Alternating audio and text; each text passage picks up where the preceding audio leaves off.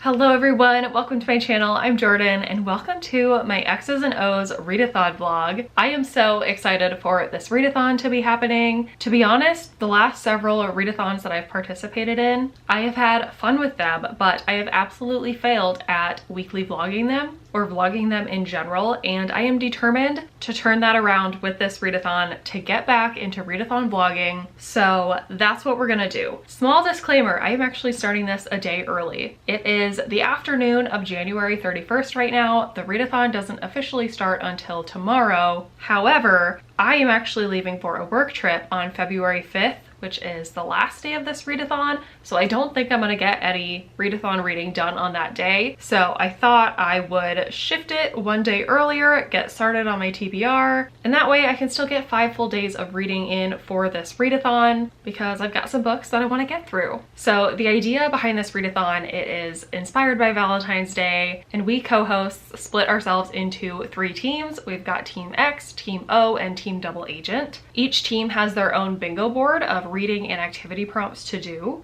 And so I have picked out my TBR accordingly for those reading prompts. Let me quickly talk about the books that I'm going to read. The first one that I'm going to read knocks off 2 of the reading prompts. I'm going to be reading Murder in the Family by Cara Hunter. This works for a book with red on the cover, and it works for the dice roll prompt, which I did on a Patreon exclusive video. I rolled the dice. If I rolled an even number, I was supposed to pick the newest book on my TBR. If I got an odd number, I was supposed to pick the oldest book. I rolled an even number, and this was the most recent book that I had acquired at the time. So this is going to be one of the 2 full-length books I read for this readathon. I'm very excited because my friend and Team X co-host Layna is also planning on reading this during the readathon, so we can chat about it, and I think a couple of other participants have seen it on our TBRs and are also planning to pick it up, which is kind of fun because even though this is a Valentine's themed readathon, we don't have to read exclusively romance, so I'm excited to get a murder mystery mixed in here. Then the other full-length book that I plan to read is Iris Kelly Doesn't Date by Ashley Herring Blake.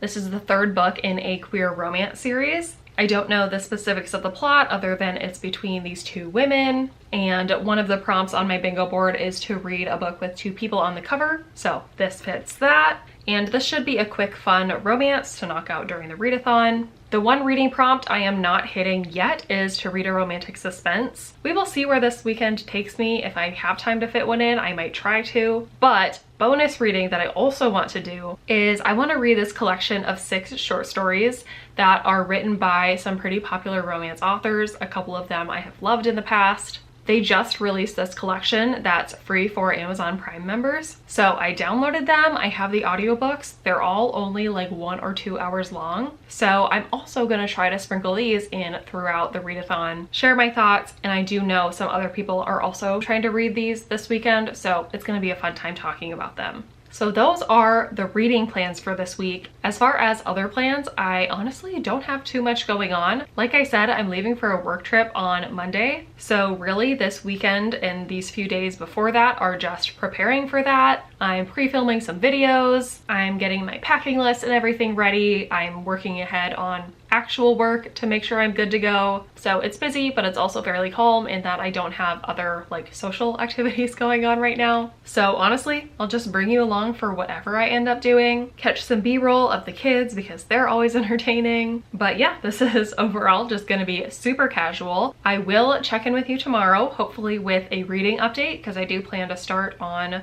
one of the books. I'm not sure which one tonight. I'll let you know how I'm feeling about it once I get into it, and we'll go from there.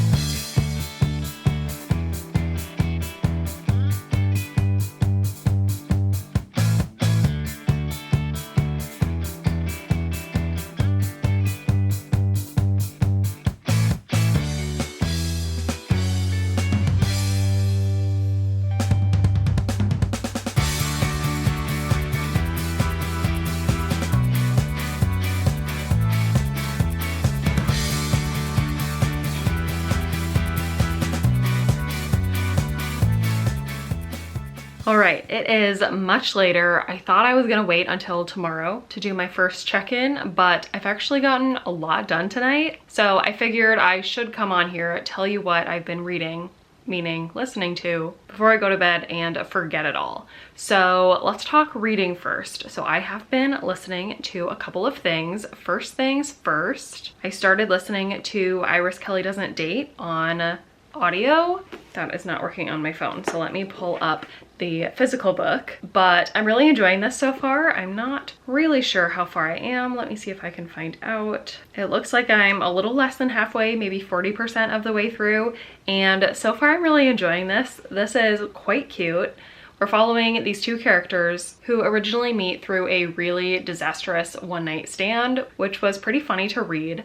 And then they meet again when they're both trying out. They both get parts in this like city production for this queer Shakespeare play. And the way it works out is they end up fake dating because, long story short, one of them had told their group of friends that the one night stand actually was really good and they were dating now. So they end up having to go with it, and it's pretty cute and fun so far. So I'm liking that. And then I also wanted to tell you that I read the first of the 6 romance short stories that I was talking about. So I started with the Christina Lauren one. This isn't gonna work again, but theirs is called The Exception to the Rule. And let's see, on 1x speed, it's 1 hour and 57 minutes on audio, and I sped it up, so it was super quick, but this was super cute. To tell you about it without going too far into the plot, because obviously it's a short story, so spoilers, but also it's a romance short story, so I'm not sure how many spoilers there can really be. But it's about these two characters who get into an emailing relationship when one of them accidentally emails the other on Valentine's Day, and then they end up repeating that every year, emailing each other, giving like updates on their life. They don't know any details about who the other person is, and then eventually down the road they find out who each other is. This was really cute. The letter writing, email writing format apparently works really well for short stories, because one of my favorite short stories that I can remember reading is Evidence of the Affair by Taylor Jenkins Reid, which is also told between two people writing letters back and forth. I don't know, maybe that just like gets to the point quicker and also lends itself to a little bit more emotion than your typical narrative does. I don't know, but I really enjoyed it. I'm not sure. I probably am going to rate all of these because I'm going to put them on Goodreads. This one is probably like 4 stars, but I did think it would be fun for me to rank the 6 short stories if I get to all of them, to tell you which ones were my favorite and least favorite. So then maybe if you really are short on time and just need to pick a couple of them to read, I can tell you which ones I liked the best. So this one is definitely starting out strong. I'm really glad that I spent that short amount of time reading it. And yeah, so the reading is definitely off to a good start. The last thing to kind of update you on is that I showed you I started on this puzzle, which is maybe a little bit more than I originally bargained for. I don't have any puzzles in my stash that are less than 1,000 pieces. So I was like, okay, I guess I'm starting a 1,000-piece puzzle, but this one specifically is the puzzle twist type of puzzle where the actual puzzle doesn't exactly match the picture that's on the box. So it's just a little bit extra difficult. So I at least got the border started. I am missing one connection piece here. The pieces are pretty abnormal as well. I'm not sure how well this is going to be able to focus, but there are a lot of strange shaped pieces in here. So I think that's why I missed one of the edge pieces, because it just maybe didn't look like an edge piece. I don't know. And then the next thing I got started on was pulling all the sections with words on them. So that's what all of these pieces are in the middle. So that's what I'll be tackling next. I love a good audiobook and puzzle night, but that is all that I'm gonna do tonight. I'm gonna go ahead and head to bed so that I can get up bright and early with my kids tomorrow. But definitely a good unofficial day 1 of the readathon, and I'm excited to keep this momentum going tomorrow. So I'll update you at some point tomorrow when I have more updates.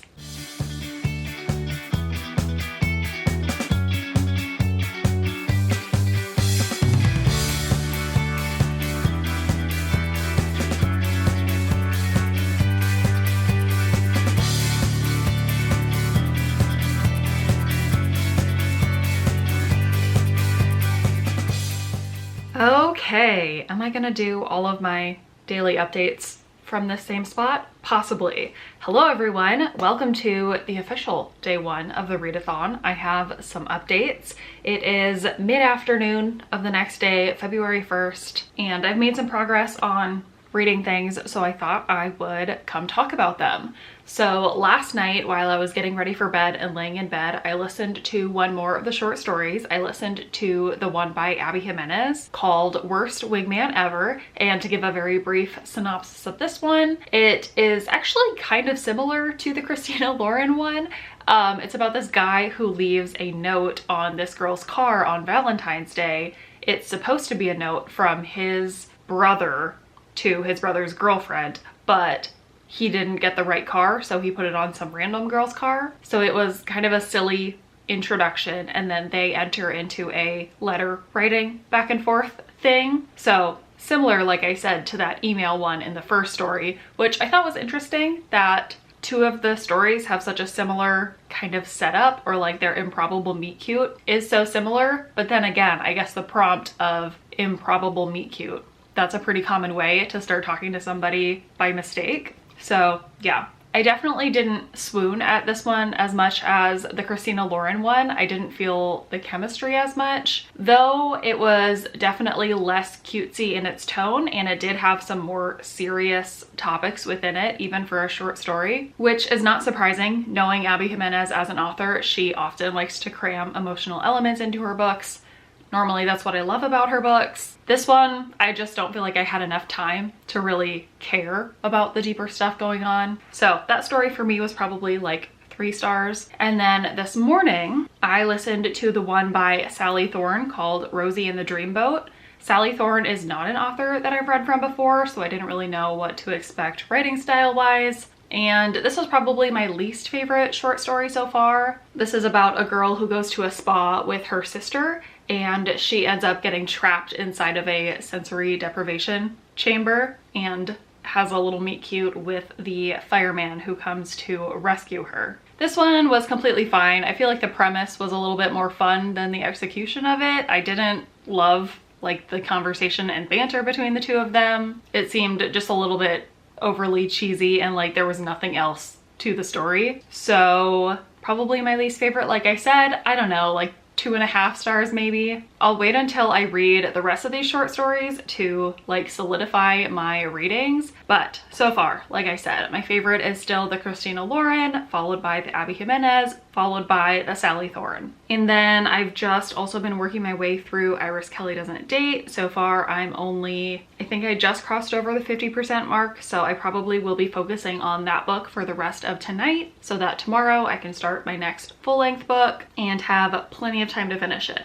But that's the update so far. I will check in either later tonight or tomorrow with whatever else is going on.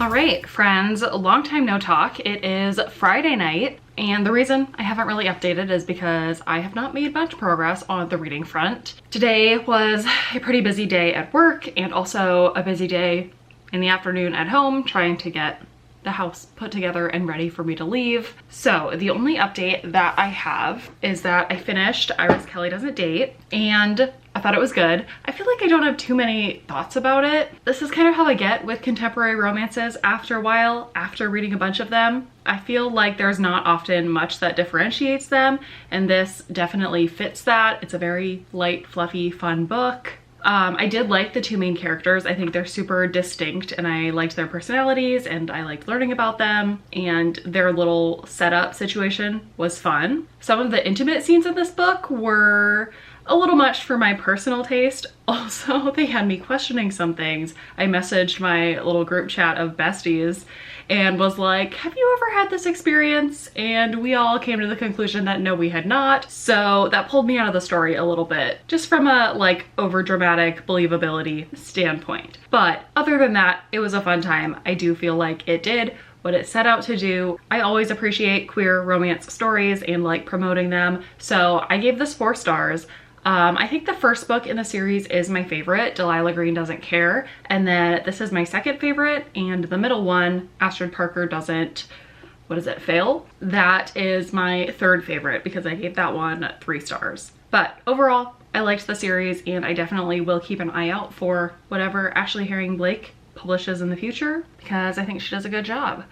Now I am getting ready for reading sprints. I guess it's still like an hour and a half away, but we're going live on Jessie's channel tonight. And I'm thinking I will start Murder in the Family. I obviously, as you can see, have the physical copy of it. I was thinking about listening to the audio though, because I hear it's on Everand, and then I could finish my puzzle during sprints, or at least work on it. But I was again talking to my besties in the group chat about who of them have read it, and multiple of them actually said they prefer the physical version, either if that's what they read or one who didn't read the physical wishes she did, because it is a mixed media type book. So it looks like most of it is a script for a documentary, and it sounds like that gets a little bit confusing in terms of the audiobook narrators and keeping their voices straight because it doesn't say their name every time. But also there are like pictures, that's a map, there's like newspaper clippings, this is like a web page, a lot of cool and interesting mixed media elements that do make me want to read it physically, at least primarily, but then I can't get my puzzle done. So maybe I'll do some kind of combo between reading this physically for some of the sprints and then maybe finishing out those romance short stories that I am still only 3 books into. Maybe I'll do a combo of that. We'll see how I'm feeling it a little bit, but yeah, it's gonna be a fun night. And then tomorrow is Saturday, so I can dedicate as much time to the readathon as I want, as well as continuing to do the other stuff that I said I'm doing. So all good. I'm happy to be done with my work for the day and completely ready for the work trip next week. I'll probably show a little bit of B-roll from sprints tonight, and I'll let you know when I have my next reading update.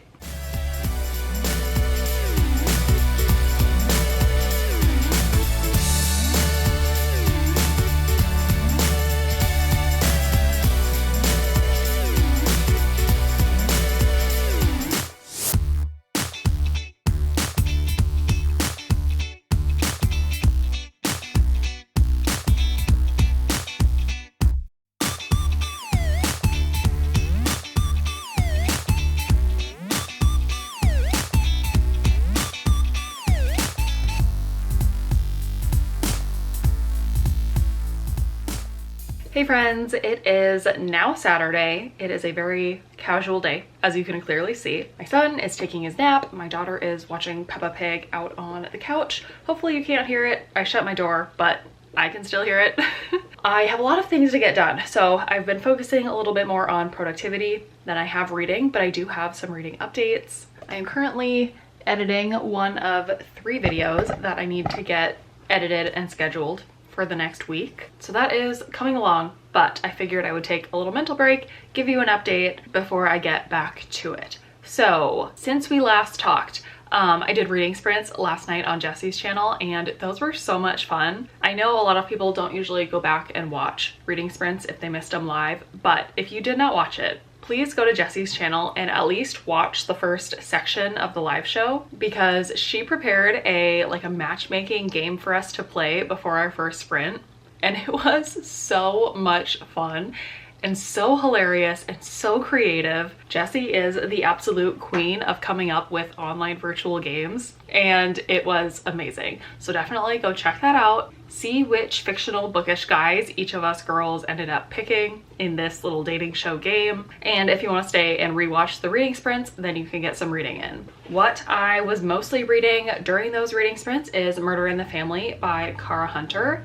I did start this on sprints, and since then I've gotten to page 186, so I'm a little less than halfway. and I'm definitely enjoying this one. This is a murder mystery that's told in a really unique format. So the premise is there's this guy who died 20 years ago. The police always suspected it was a murder, but they never convicted anyone for the crime, and there's a lot of question marks about what happened to him. Now, 20 years later, that guy's stepson is trying to revive the case, and he's doing it through this documentary series that he's co-producing, where he's collected a whole bunch of basically forensic experts to try to crack the case. And he's got a variety of people. He's got forensic psychologists, forensic scientists, he's got an experienced policeman, he's got a private investigator, just people from a variety of locations and with a variety of expertise that he wants to work together to solve the crime. And they are videoing all of it. And so most of the book is told in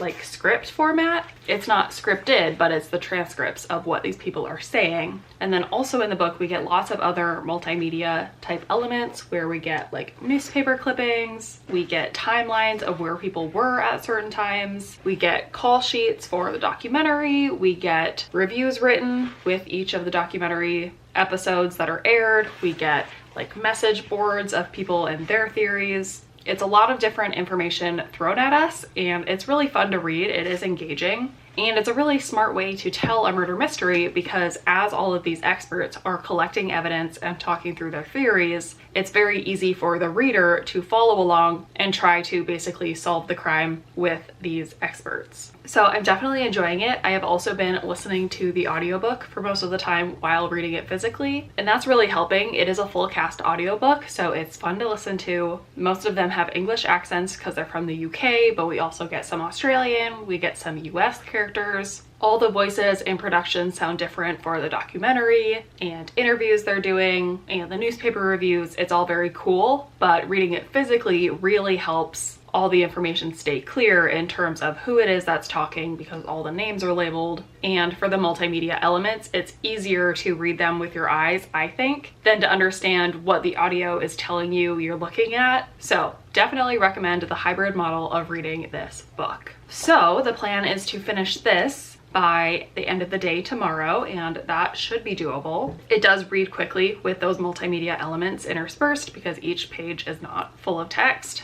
And then also what I've done since we last talked, I've read 2 more of the Improbable Meet Cute short stories. So I'm at 5 of 6 complete. One that I read earlier yesterday, I read Drop, Cover, and Hold On by Jasmine Guillory. I have not read from Jasmine Guillory before, but I've seen good reviews about her romance books in the past. Her story is, funnily enough, kind of similar to the third story in that it's about another main character who gets trapped somewhere. So in this one, she lives in California and there's an earthquake and she gets trapped inside of this bakery. And apparently she's always thought the owner of the bakery hates her. And so when they get trapped together, they talk through that situation. This, unfortunately, is probably my least favorite story that I read so far. It felt very forced and weird that this main character thought this owner hated her for no reason other than for them to have like an enemies to lovers connection. But in a short story format, you don't get enough information for that to be understandable or believable. It just felt over dramatic. Also, the humor in this one just didn't work for me. I could tell it was trying to be there, and there are probably readers that it did connect with. I just found myself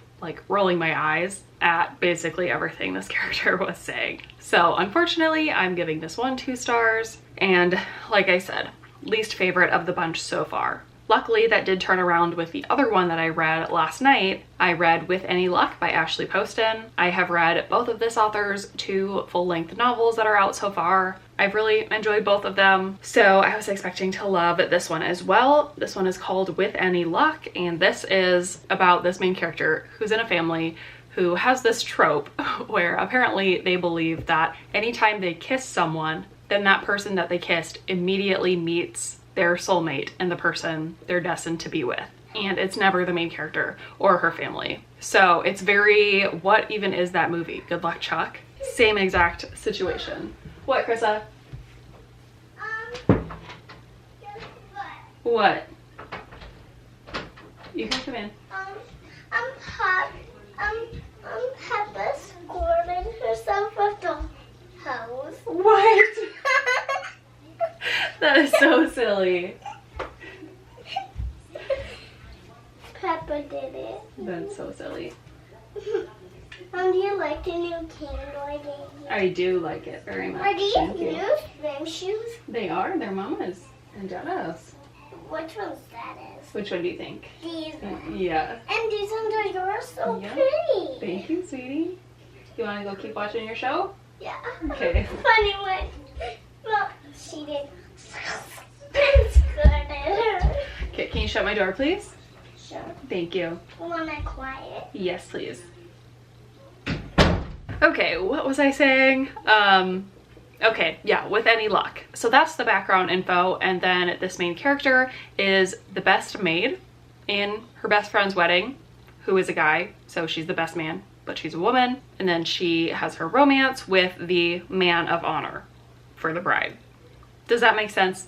Like gender swapped, maid of honor, best man. And it was pretty good. I thought this one was 4 stars. It does not quite beat the Christina Lauren in my opinion, but is a pretty strong 4 stars. I thought it worked well as a short story. I didn't necessarily need more of this story, which is kind of interesting. I don't know if I've had that exact experience before, but I guess is a good thing. And so yeah, 4 stars and my second favorite of the bunch so far. So with that, I only have one short story left. Royal Valentine by Soraya Wilson. Have not read from this author before. I don't know what this story is about, but I will definitely be able to fit it in the next 24-ish hours. And so that's the plan, is to finish that story, finish this book, come back and give you a final update, which will be at some point on Sunday so that I can get this video finished up and edited and hopefully scheduled before my trip so that you can see it very soon. So that's all for now. I'll be back with an update when I have it, but until then, getting back into the productivity.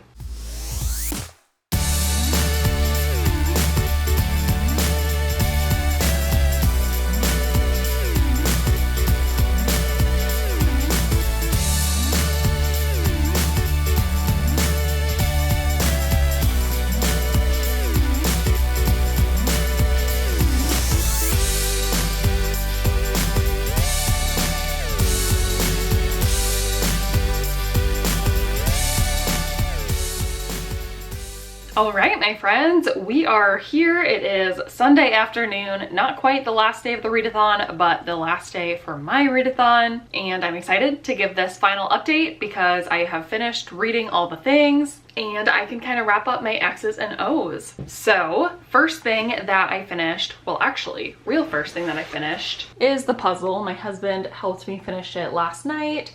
It was definitely tricky having the picture not quite exactly match the box. Obviously, as you can see, it is similar, but there's something like 34 differences or something like that. So that was super fun to finish. My husband did help me out late last night to finish it before going to bed, and so that was satisfying. Then my next update is that this morning I finished Murder in the Family, and when I started this book I talked about how I listened to the audio while reading it physically, and like the whole second half of the book I actually just read it physically, mostly because I was reading it while I was in the living room like with my kids and they were playing, so I didn't want my audiobook playing out loud, but I could just read while watching my kids play. So I don't have any additional comments on the audio version, but I did, as a whole, really enjoy this book. It really, by the end there, goes all in the classic murder mystery thing where like you question every single person. Everybody has a potential motive. And so it kind of gets to the point of like, I would believe anyone and any of them could be satisfying. Like, just tell me who it is, which I know Layna was also kind of getting to that point. But I did enjoy right as it was solving the final mystery, there were a few kind of twists and misdirections that I didn't necessarily see coming. So I had a lot of fun reading this book. I was definitely not trying to solve it along with reading the book, but I could see a true crime obsessed person wanting to do that with this book, and I'd be interested to hear if they ended up solving it. The only kind of gripe I have with this book is truly the ending, and I won't spoil anything. All I'll say is that it kind of told you the answer and then ended, and I had some lingering questions and I could have used a little bit more closure and conclusion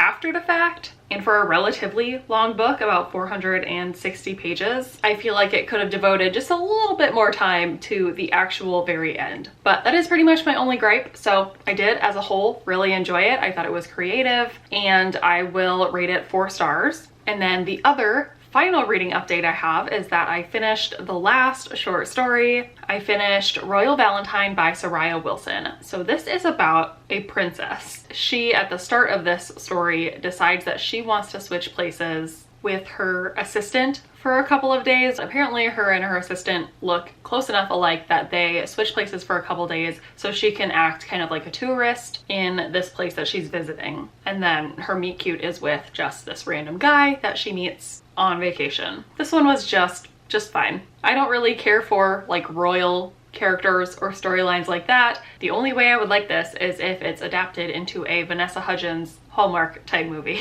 I think I'm maybe just a little bit burnt out on these short stories, but to give my final ranking of these, to go from 6th place to 1st place, in last, I least enjoyed Drop, Cover, and Hold On by Jasmine Guillory. Then in 5th place, I would put Royal Valentine by Soraya Wilson. In 4th place, I would put Rosie and the Dreamboat by Sally Thorne. And then my top 3 are probably the ones that I would actually recommend, like if you only have 3 hours or less. Worst Wingman Ever by Abby Jimenez is my 3rd place. With Any Luck by Ashley Poston is my 2nd place. And my favorite short story was the first one that I read, which is Exception to the Rule by Christina Lauren. It was really fun reading a collection of romance short stories for this readathon. It's not something that I typically pick up, so it's always nice to put yourself outside of your comfort zone. So with that, that's really all I have. I'm gonna close it out here so I can get this vlog edited and scheduled yet tonight before I leave on my trip tomorrow. Please let me know if you participated in the X's and O's readathon. If you did, what was your favorite thing that you read for the readathon? If you didn't, let me know if you've read any of the books that I talked about or if you're interested in them. I'm glad to have had a successful readathon vlog after a couple of fails recently. Definitely bringing back up my confidence, so let me know of any upcoming readathons that you know about that I should maybe think about participating in and vlogging for. Other than that, I don't think I have anything else. So thank you so much for watching this video, and I will see you in my next one.